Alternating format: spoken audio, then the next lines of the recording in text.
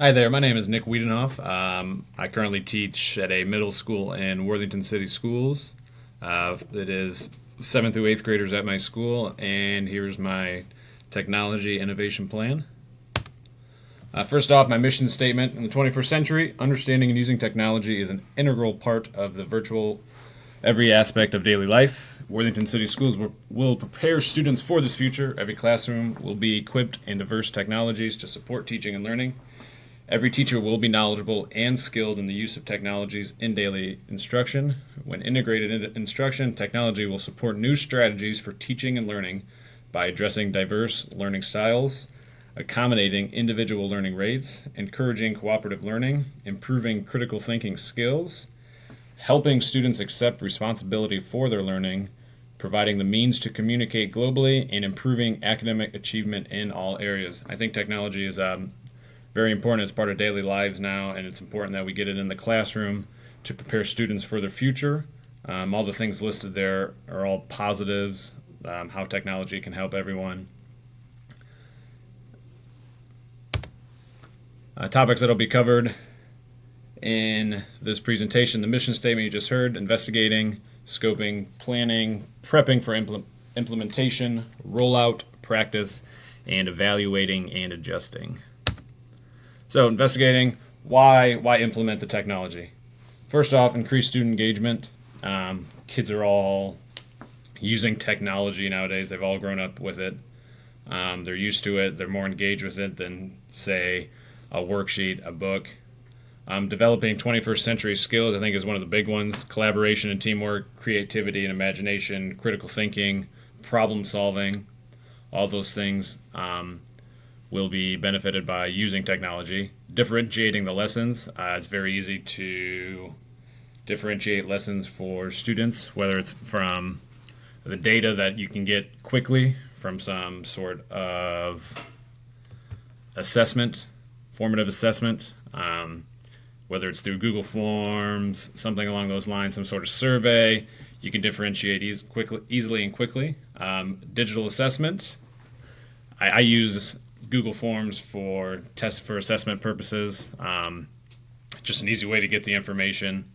It's organized. It's all in one area. It's not the old ways of paper and pencil test, and you're holding on to the paper and papers are stacking up, handing the papers back to students, going through one by one. You can format the forms, and the assessments will essentially grade themselves, and then you can sort however you would like to make, maybe it's different groups to go skill based, or differentiate to challenge some others while keeping the lesson the same for others.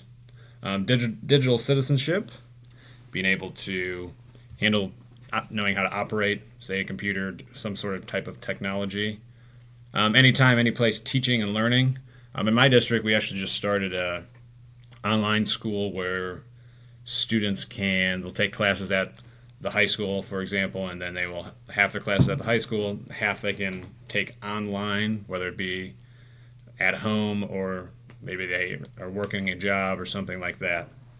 And preparing students for today's job market. Today's job market is all about technology. It's all about the future. This is just a way to keep getting students involved and preparing them for the future, whether it's through coding classes or something along those lines.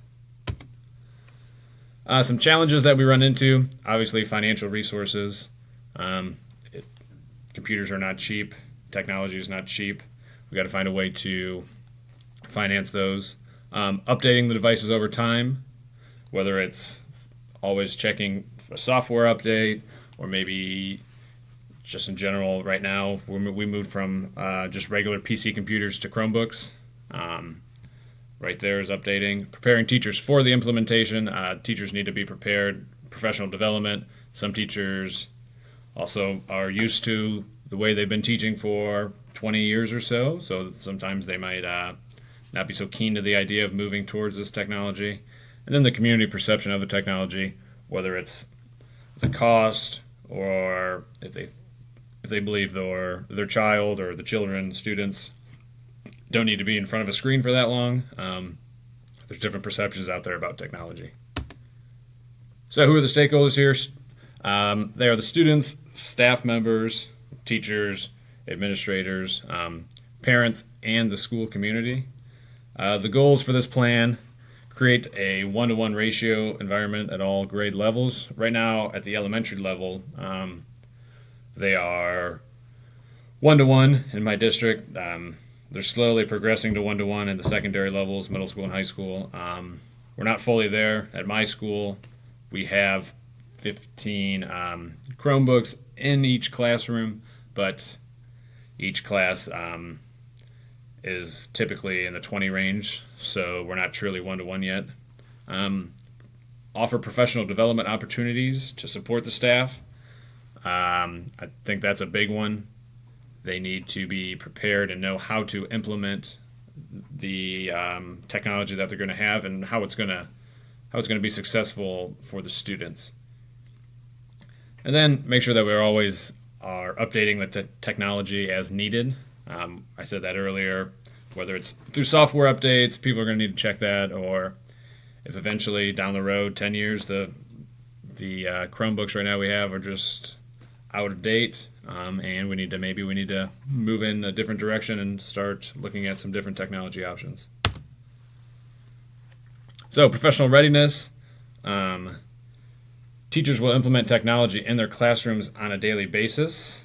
I think that's a big one as we move towards this. I think they should be doing this. And I know it's on our OTES evaluations. How did you use technology? So I think the education world is moving towards that. Majority of teachers are implementing the technology in their own classroom. There's also younger staff. About 5 years ago or so in my district, a lot of teachers, high number of teachers retired. And I know when I got hired in, there's about 70 new teachers that were first year, maybe second year teachers coming in that grew up in the digital world and were used to and knew the technology and had interacted with it throughout their whole entire lives.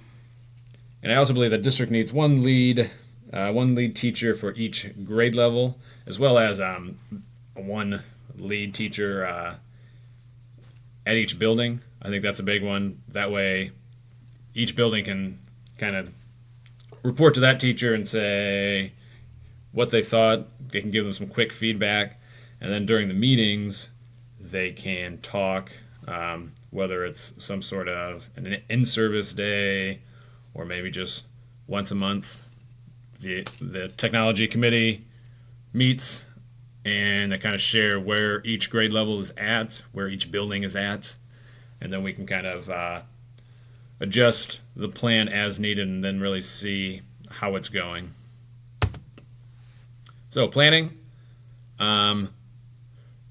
Right now, Worthington will pair district devices with a bring your own device plan. They're kind of pushing this, BYOD as it's abbreviated there. The laptops are $220, the Chromebooks that we offer, and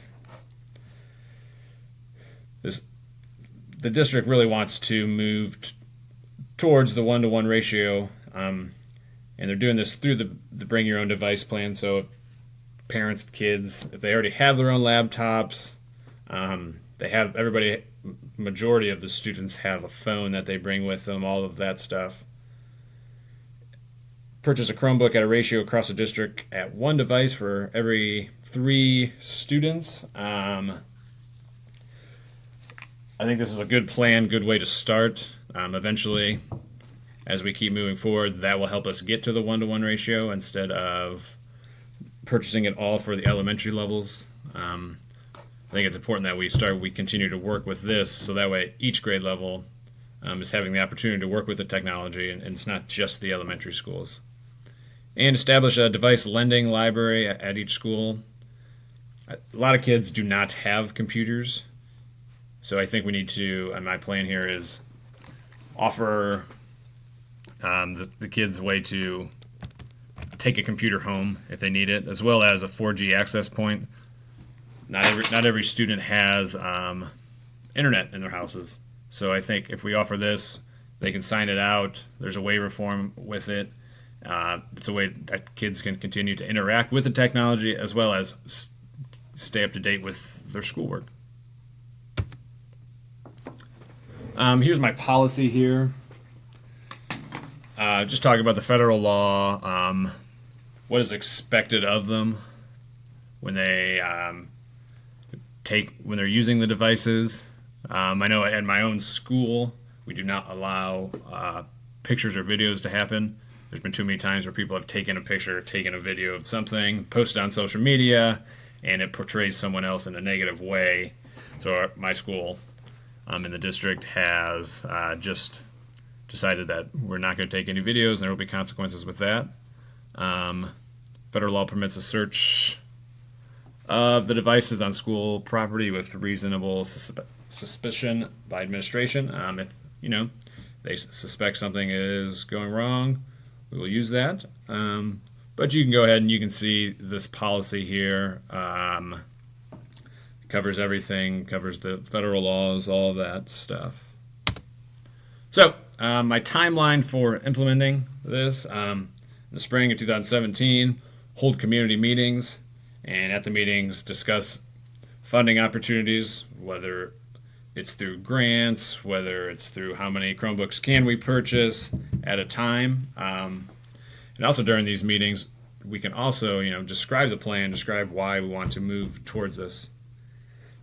My district right now, they are already meeting. They're holding meetings every month or every 2 months over just the state of the schools as far as structural wise. A lot of schools need updated or rebuilt in general. So they're already doing these community meetings, and I think that it would be a great way just to put the technology piece in there as well. In the summer of 2017, form the committee, whether it's through, hopefully there would be enough teachers that would volunteer for it, or if administration would just go to specific people that know that they are already implementing the technology and have the knowledge for it. I think that would be great as well. And then the fall of 2017, this also develop some professional development for teachers. Once we get that committee together, I think sitting down, figuring out how can we best assist the teachers is very important, and how can we make the PD that is available effective and worthwhile for the teachers to attend. And then in the fall of 2017, distribute Chromebooks to incoming 7th graders. There's already, like I said, in the elementary 1-to-1, but I think as 7th graders, I think they should be responsible enough to take a Chromebook. You get it in your first period class.